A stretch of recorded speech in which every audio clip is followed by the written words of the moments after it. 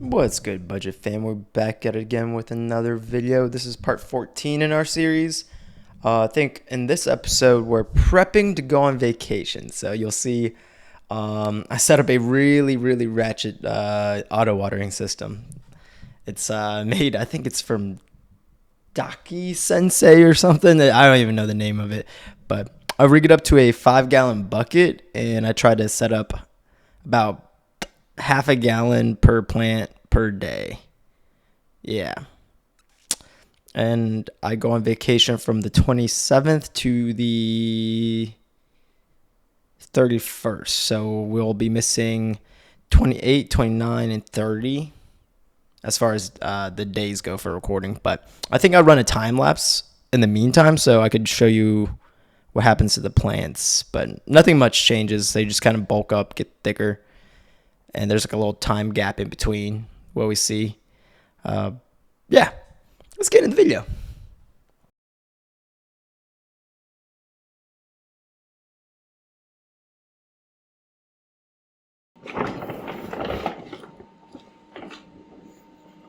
You guys are starting to stink.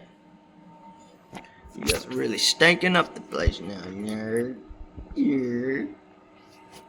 Yep.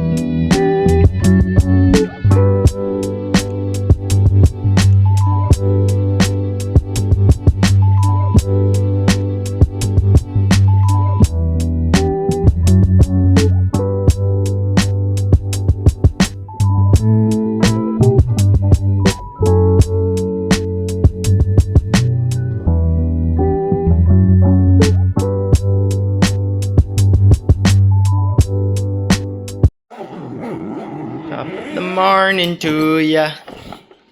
Top of the morning to ya. So we see on the right, the blueberry cupcake really loves the warmth. So right now the temps are a little warmer and a little bit on the higher humidity side. So 60%. This is probably one of the max, probably towards the max what you want for flowering. This is early flower, so not too worried about the high humidity.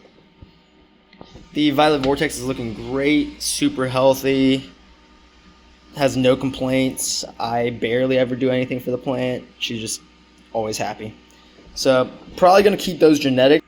People on YouTube want to see big plants. Whether or not the quality's good, they'd rather see a bigger plant. So we're going to let this guy finish his little early flowering phase and stretch out a little bit more. I've been training her with these little clothes hangers to keep her kind of even in the canopy. Let's see. It's pretty even, right? That's pretty good. I think we got like a couple outliers are slightly taller than the rest. Something that I could like easily fix by using a Coke can or something like this. Coke can onto the little hoop. Let's get on the loop. I'll pull those out. We could do something like that. You can even spread them out a little bit. One on this right side should go further. One on this left side should go to the left more. And that will let you split them up a little bit. You can adjust them however you want. I think the middle one should be a little bit to the right. Something like that. And if we need to, I'll just scoot this in. Boop. I think this will fit. By the time he comes right back up, he'll fit. So one of the problems we have right now is if I wanted to train her out properly, right, I would have to take all these branches out until they're about as tall as the middle section right here. So like a lot of these would be like all the way flat is how I would train them out if I had to. If I did that on both sides everywhere, this would take up the entire tent. This plant will easily take up the entire tent. But we got to share a tent. Alrighty, so I've had some people ask me how I do my lighting and how I automate it. I go on the Play Store, I get this little app called the Casa app. I buy the matching smart plug on Amazon. I think they're like $7 each, really cheap. You might get like a 5-pack, 4-pack for like $20, something like that. Once you get the app, you're going to want to open it up, and you're going to want to click on the plus sign to add a device. And you're going to select the correct device, like let's say it's a smart plug, HS10 or whatever you find the right looking smart plug. You select it, and it'll ask you to connect to the internet. And once that's been done, you just follow the little quick steps on the screen. Once that's been done, you will be able to adjust the different settings on it.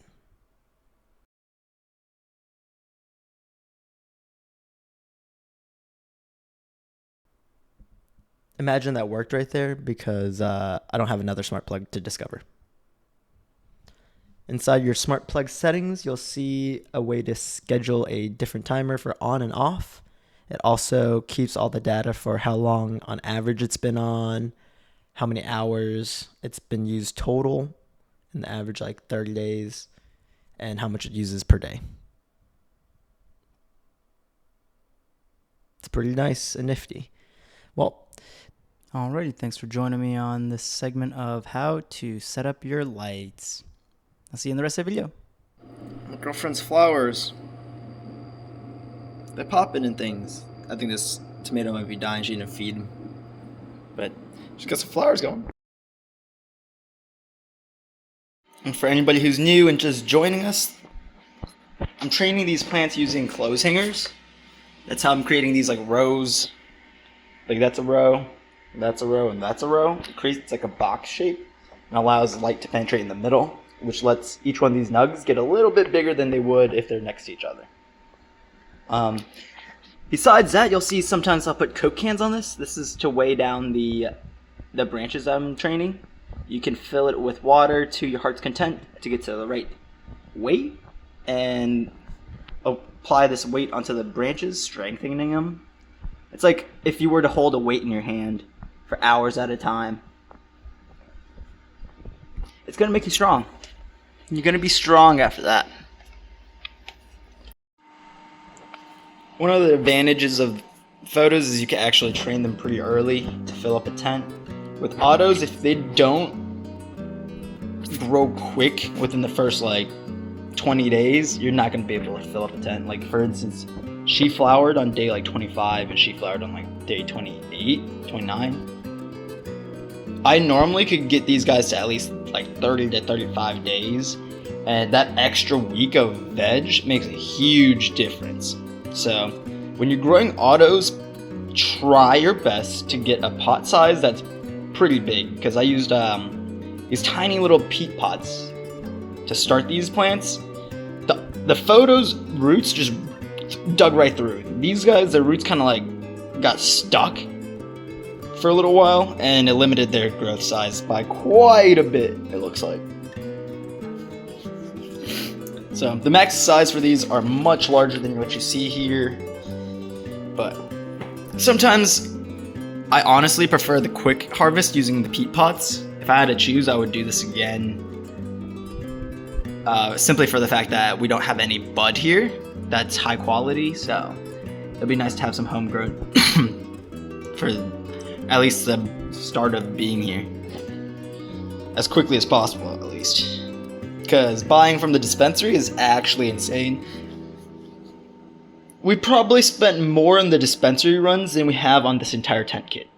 This entire tent kit's probably like, what, $350 to $380 if you're not buying everything on sale. Yeah, we definitely spent more than that on bud at the dispensary. Each run for me and my girlfriend is like $100, and we've been at least 4 or 5 times. But these will be done soon, and that habit will no longer be a thing. We probably won't be stopping there anytime soon after this. Alrighty. I think this is day, let's see, 56 roughly, give or take. The bud's forming, coming along, getting a little bit fatter, not a lot.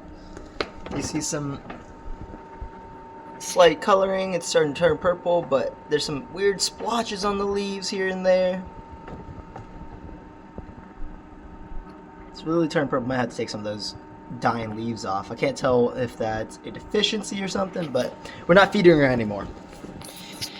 Not gonna do it. We're gonna try to get her out of here because we got other plants to work on. These are just temporary smokes for us, some nice autos to get things going. Got some really big plants on the other side we're gonna have to really work on. Let me zip this back up. Gotta get this filled up. Alright, now that we're going to do a little bit of a cleanup on the tent floor. There's like slight bits of splotches here and there, some dirt. It's towards the middle of flower. I gotta do a little tent floor clean. I'm gonna use some rubbing alcohol and some paper towels. And I'll be going at it.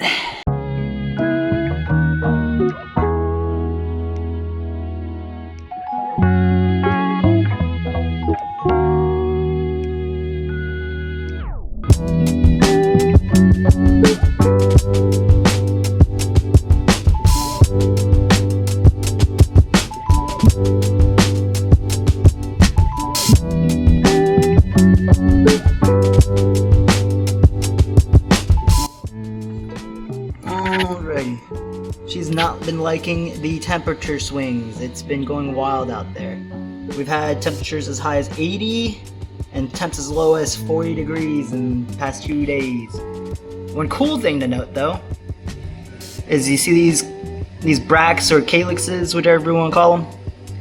They're an indicator of both the sex of the plant and also this one's purple, meaning all the buds on these plants will eventually turn purple. Just like that. It's awesome. So in late flower, I expect all these to be very, very purple. That's nice to know. If you were to check the bracts of these, let's see this. Let's see a bract here. Let's see, there they are. You can see these are very light green. So more than likely these buds will remain light green until the end of flower. Nice little trick for you guys, using the bracts to tell what color your plants will be when they're done. So I see some hungry leaves. They're like a little bit light yellow from needing nitrogen, but I'm gonna withhold it. I'm trying to get her to flower sooner, and I'm fine with the ugly leaves. And she's also yellow because she's low on nitrogen. We're gonna continue doing this. I'm fine with it. I know they're having deficiencies. I see the deficiencies, but the reasons why I'm doing this is for a better bud to leaf ratio. When you grow enough times and you don't want to have to trim as much and you want more bud compared to how much leaves you got, you'll be upping the potassium and dropping the nitrogen. Well, they're looking pretty damn good. This is gonna be a colorful girl. This one's gonna be lime green, real nice and thick and bushy. So, well, that's it for me. Well, I told you she'd get too big. Yep, she done got too big. She done got way too big. Let me get a vertical. Yep, very much. She's too big.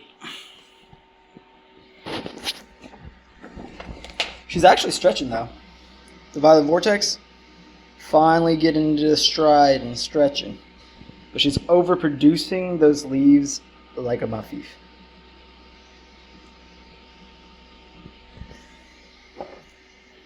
Good gorns. Good gorns.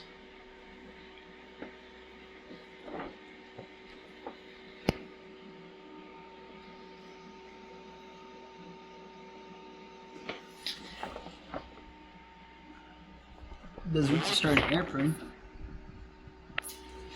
Air prune them roots. Whew, sheesh. Coke can. Holding it down for the squad. Kind of going off a little bit too hard. I guess this would be day 56, roughly. They were flipped into flower about 7 days ago. Now they're really getting into the stride of flowering. You guys want to see some zoomies. Pretty little plant.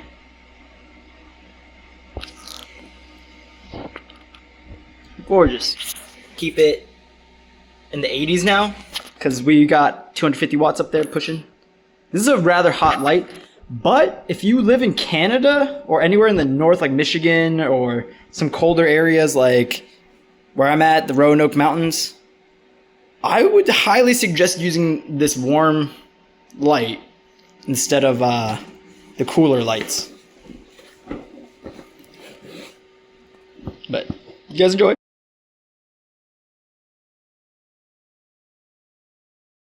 I got a Daki Sensi. I'm not entirely sure what brand that is. Not very popular. Seems like it comes with some tubing. I'm not sure if that's an inlet. That should be one inlet and one outlet. So one tube will probably take in the water. The other one will probably spit it out. And then there's a little plastic piece for me to stick that onto a 5-gallon container. So I'll just get a 5-gallon bucket, fill it with water, place it on the side. I'm going to have to use some scissors probably to cut some tubing out. Once I get the tubing all set up, shouldn't be too bad. Looks like I got some drip regulators. I'm guessing main line goes in here, outline goes there, and then this little twisty twist will adjust the amount of water or how much drip. And I've got these little carrots right here, which I'm guessing connect to the drip irrigator. Probably this way in. Something like that. We'll figure it out in a second and I'll let you know. They also have some T sections to help me join to make multiple drip points, and it looks like we got a little mini filter for the intake. So we'll figure out how to set this up and I'll be back. Got a Lowe's bucket. Yep. Got some rainwater in it. Had to dump that out. Alrighty.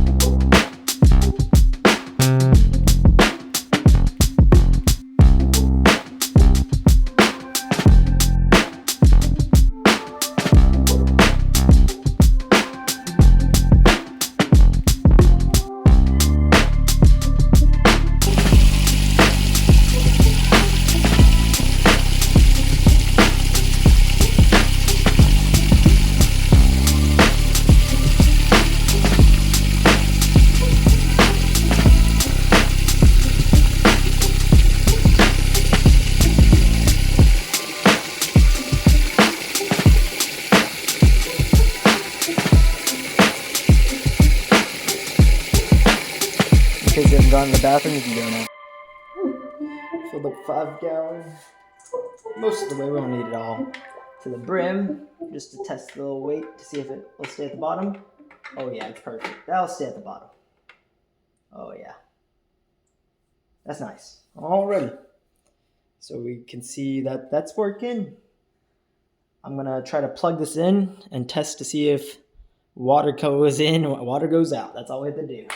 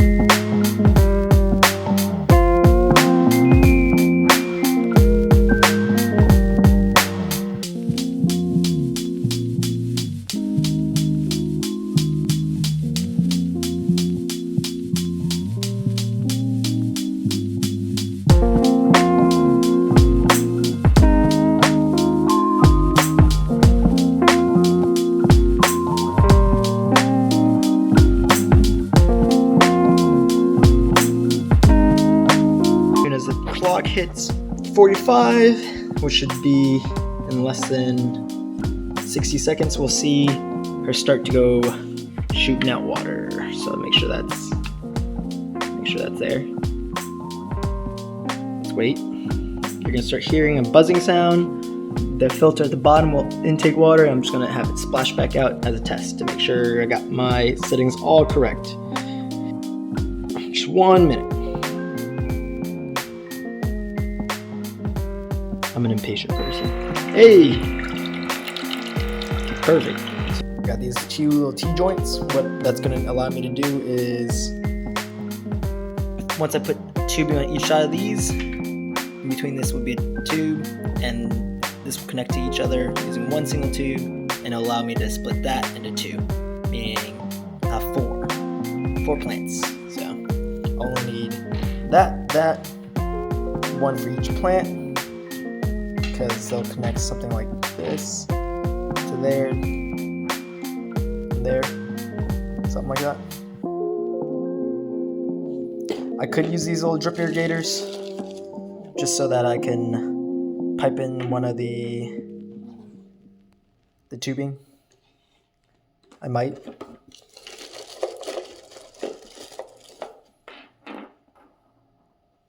Yeah, because if not, then I'll have to remove tubing from these. Forget my own custom tubing. 5-gallon bucket next to the tents. I need to find a way to get some tubing that's long enough to go from the bucket into the tent, and preferably between the 2 plants, so that I could easily split from there and have a shorter plastic line. So I'm going to do some measuring, some cutting, and I'll show you the finished product of these little tubes inside of the tent.